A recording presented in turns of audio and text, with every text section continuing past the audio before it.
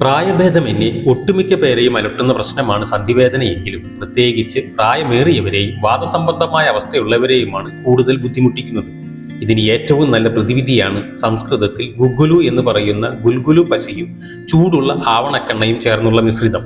വിഷവസ്തുക്കളെ നീക്കം ചെയ്യുന്നതിനും സന്ധികളിലെ വീക്കം കുറയ്ക്കുന്നതിനും ഏറ്റവും ശക്തമായ പ്രകൃതിദത്തമായ പശയാണ് ഗുൽഗുലു.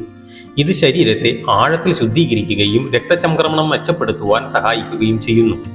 സ്വാഭാവികമായി വീക്കം തടയുവാൻ കഴിവുള്ളതും ലൂബ്രിക്കേറ്റിംഗ് ഗുണങ്ങളുള്ളതുമായ ആവണക്കെണ്ണ ഒരു സ്റ്റീൽ സ്പൂണിൽ ചൂടാക്കി അതിൽ ഗുൽഗുലു പശ ചേർത്ത് മിക്സ് ചെയ്യുമ്പോൾ സന്ധിവേദനയ്ക്കും മറ്റു വിഷമതകൾക്കും ലളിതവും എന്നാൽ വളരെ ഫലപ്രദവുമായ ഒരു ഔഷധം തയ്യാറാകുന്നു.